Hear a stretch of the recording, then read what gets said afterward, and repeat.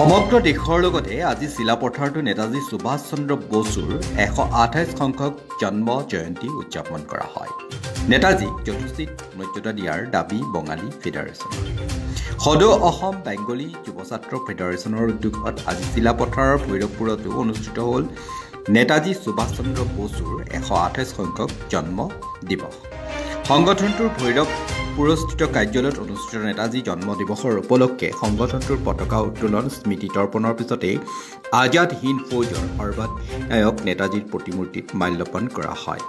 নেতাজী অমৰ হওক, বাঙালী ফেডাৰেশ্যন জিন্দাবাদ আদি শ্লোগানেৰে কপালে অঞ্চলটো।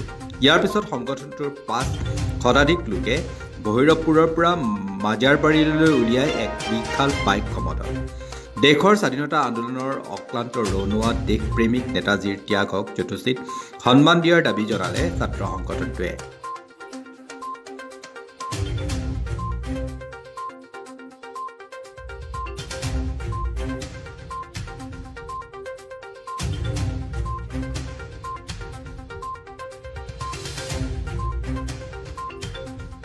আমাৰ সদৌ অসম বাঙালী যুৱ ছাত্ৰ ফেডাৰেশ্যনৰ ফালৰ পৰা আমি এইটোৱে ক'ব বিচাৰোঁ, যিখিনি পদক্ষেপ লৈছে ভাৰত চৰকাৰে আমি তেখেতলোকক ধন্যবাদ জনাওঁ। কিন্তু যিমান ল'ব লাগিছিলে, আমাৰ যিটো লাগিছে আৰু যিমান ল'ব লাগিছিলে, এজন ব্যক্তি এইজনৰ আদৰ্শৰে যদি আমি চলিব বিচাৰোঁ, আৰু এইজনে বিচাৰিছিলে অখণ্ড ভাৰত। আজি তেখেতৰ ত্যাগৰ বলিত আমি এই ভাৰতখন স্বাধীন পাইছোঁ। এইটো বিশেষকৈ ভাৰত চৰকাৰো জ্ঞাত, অসম চৰকাৰো জ্ঞাত। কিন্তু আজিলৈকে এই বীৰজনে যিমান সন্মান পাব লাগিছিলে সম্পূৰ্ণলৈকে পোৱা নাই। আমি এইটোলৈ দুখিত আৰু আমি চৰকাৰক আবেদন কৰিছোঁ, যিমানখিনি দিছে সেইখিনি সম্পূৰ্ণ নহয়, তেখেতৰ প্ৰাপ্য আৰু আছে। গতিকে তেখেতৰ সম্পূৰ্ণ সন্মানটো পাব লাগে, আমি এইখিনি আবেদন কৰিছোঁ।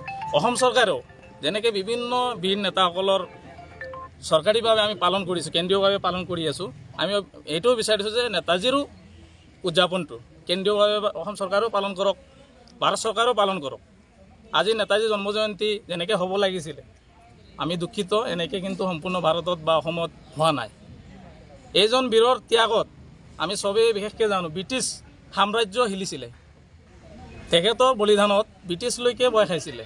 আজি এইজন বীৰ পুৰুষৰ আদৰ্শৰে আমি চলিম, ধৰ্ম নিৰ্বিশেষে, জাতি ধৰ্ম, তেখেতে সকলো সমান বুলি ভাবিছিলে, অখণ্ড ভাৰত বিচাৰিছিলে। তেখেত থাকিলে আজিলৈ হয়তো পাকিস্তান বাংলাদেশ নহ'লেহেঁতেন, আজি অখণ্ড ভাৰত এখনে থাকিলেহেঁতেন।